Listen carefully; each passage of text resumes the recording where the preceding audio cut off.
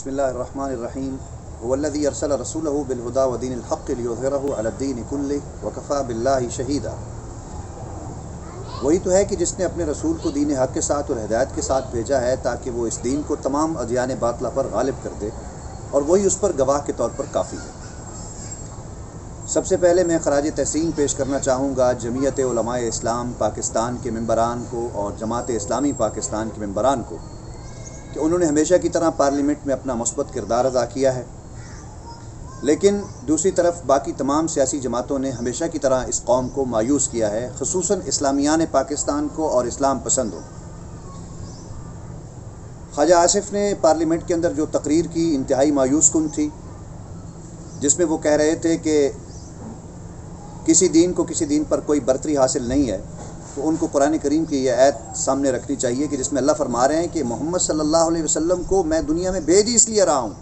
کہ وہ میرے اس دین کو یعنی دین اسلام کو باقی تمام ادیان باطلہ پر غالب کر دیں،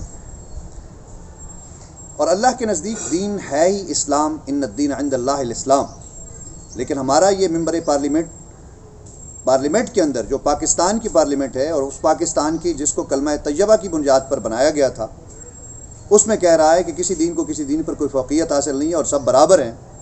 میرا سوال ہے کہ اسلام آباد کے اندر اتنے ہندو موجود نہیں ہیں کہ جتنے مندر وہاں پر موجود ہیں۔ ایک نیا مندر بنانے کی کیا ضرورت تھی؟ ہمیشہ کوئی نیا شوشہ چھوڑا جاتا ہے، پہلے قادیانیوں کو شوشہ چھوڑا گیا، ان کو پروموٹ کیا گیا، ان کو پروجیکشن دی گئی، اور اب ہندو اور دیگر جو مذاہب ہیں ان کو پروموٹ کیا جا رہا ہے، ان کے حقوق کی بات ہو رہی ہے۔ ہم تمام اقلیتوں کے حقوق کو مانتے ہیں اور چاہتے ہیں کہ ان کو ان کے حقوق ملیں، لیکن ہم اس بات کی اجازت نہیں دے سکتے کہ قومی خزانے سے اس ایک ایسے مندر کی جس کی ضرورت بھی نہیں ہے، ایک ایسا مندر جو ہے اس کو تعمیر کیا جائے۔ تو اس پر میں خواجہ محمد آصف صاحب کی بھرپور مذمت کرتا ہوں اور پاکستانی قوم سے اپیل کرتا ہوں کہ خواجہ آصف جیسے لوگوں کا بائیکاٹ کیا جائے،